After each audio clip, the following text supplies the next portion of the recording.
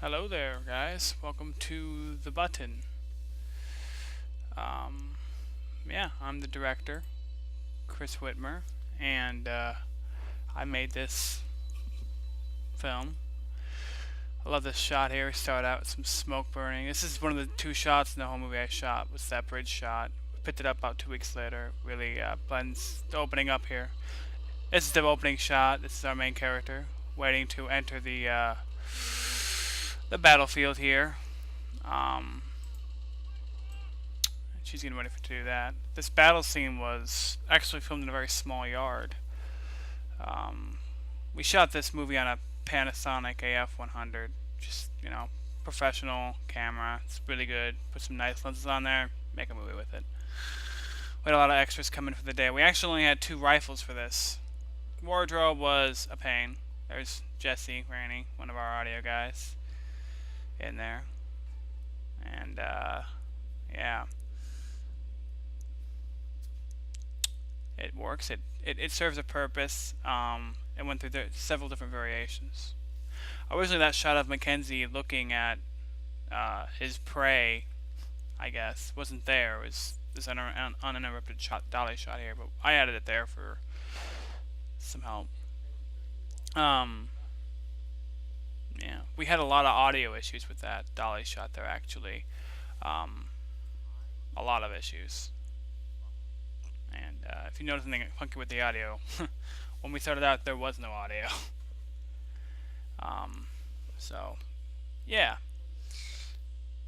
Yeah, that previous battle scene was shot in a yard, and we had one little trail to go up to, and I made him run up like 40, 50 times, and after about the 50th time, after we got all those takes, they were really into it. These two actor and actress here, Mackenzie Potter and Michelle Leeper, they did great together. They really nailed it down. They practiced everything.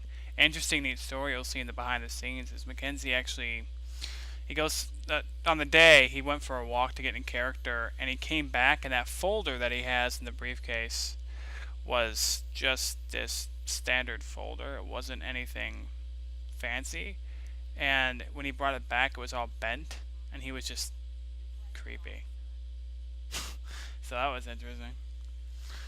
Um, and she definitely put on this. She really pulls off the army warrior here really well. Strongest character in the movie. In fact, actually, Mackenzie is the only male character that's strong. Here's our one current flashback, introducing the other two characters of the love triangle. Um, this was shot in a hospital room. Um, I wanted to make sure you guys didn't know she was dead. You needed to know that something had happened to her, and we added that voiceover to fix everything. The lighting here is great, and I color corrected the living crap out of it, but it's good because you can't quite tell it's color corrected. I love it. I love how the button is lit there. It's just a nice little highlight. Gabe Twig did our lighting. Amazing gaffer, amazing cinematographer, and also a damn good director. Um, I love that line, how he delivers that line. This little cutaway here is perfect. We also had some audio issues here. It's the generators in the background. You'll notice it now, but the first time you watched the movie, you probably did not notice it at all.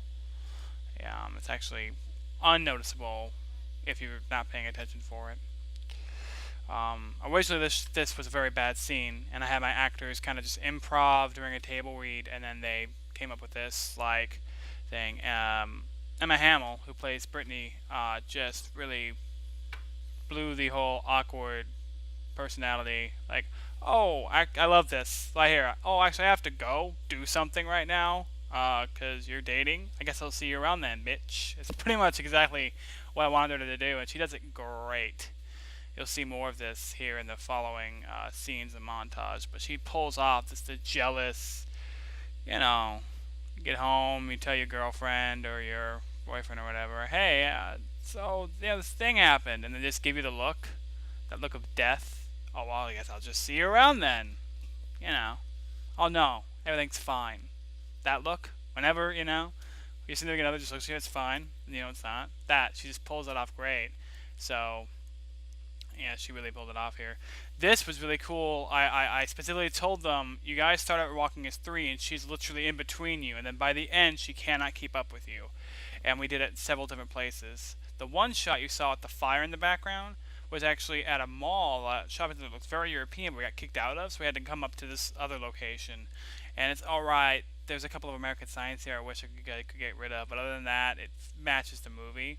I love the look on her face here, just like on Brittany's face, and then it just perfectly cuts to these two guys. And yeah, the blocking, I knew exactly what I wanted for blocking, so yeah, people were very happy with how it came out. I love that. This is something like this is set in Europe, so had to do something to do that. I love how Brittany. Time has passed here. Obviously, this is Brittany's house. Before this, she was in her dorm room. About a year has passed. Um, the rooms all have things in them. There's a lot of clutter and stuff around.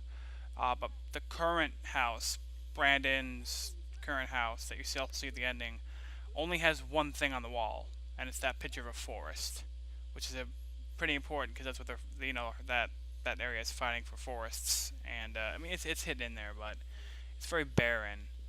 Um, that this I love this performance here. It's great. The lighting here is perfect. That goddamn ring off, that was an improvised line. I'm like, don't move and just you know stop her. I actually told her like move around and this time don't let her leave. Stop her, and she did this. And great working with her. She's amazing.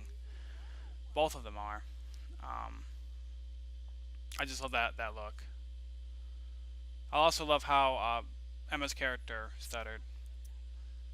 Also in the room, if you notice, there's actually no purposefully. There's very little color in this. The reason why the room has this teal bluish tone is because that's her camo. With the flag. Mackenzie's pretty much black and white. The button's black. The table's white.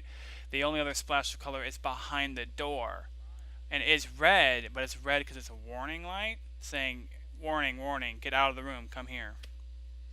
This is the second shot I operated.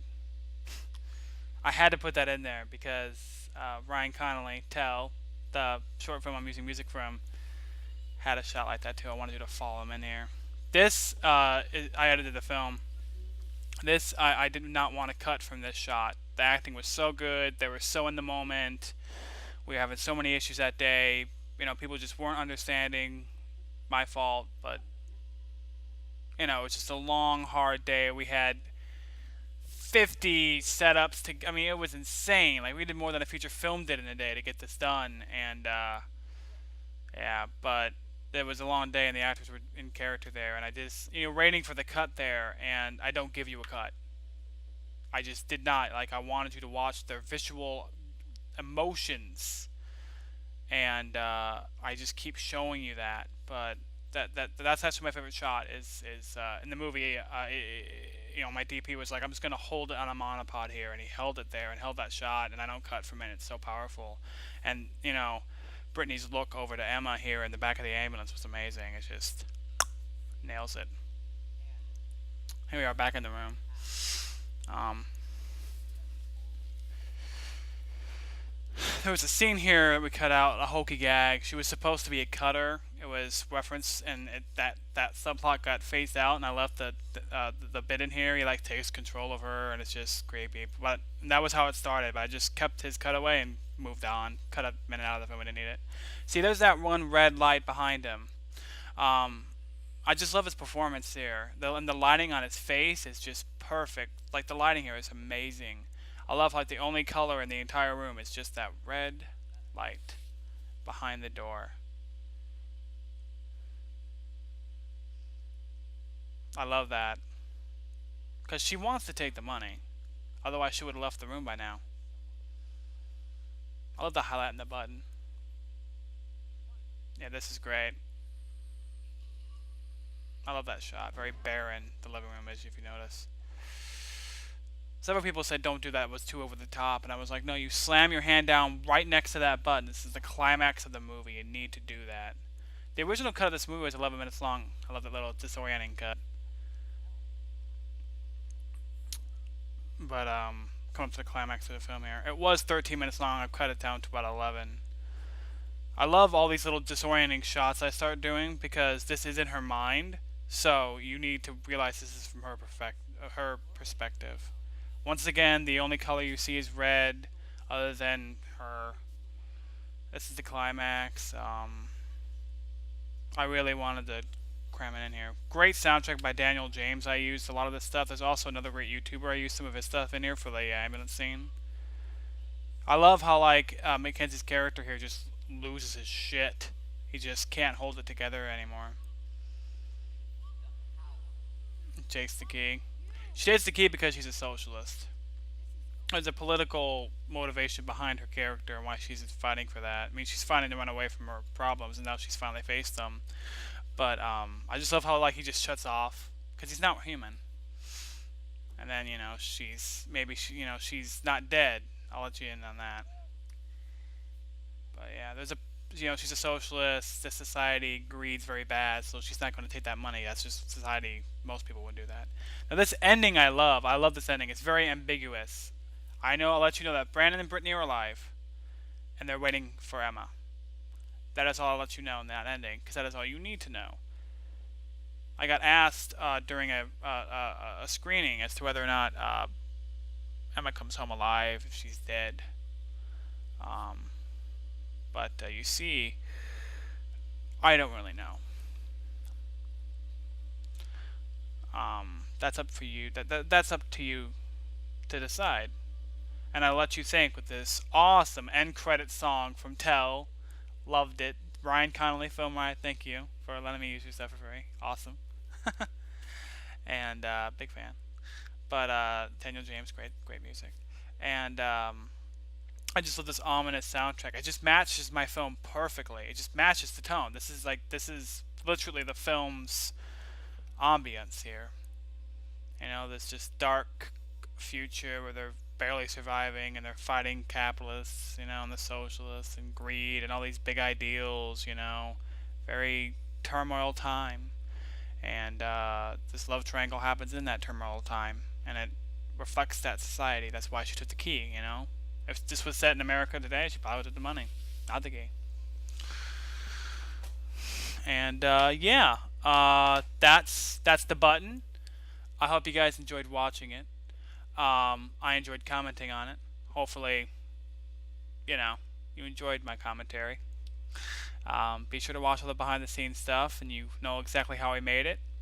And I just love how the shots came out. I want to say thanks, to everybody who worked on the film. And here's my little cameo that I had to put in. Hopefully you enjoyed this movie, and hopefully I'll be seeing and hearing from you again. Have a wonderful time. Till next time. See you later, guys.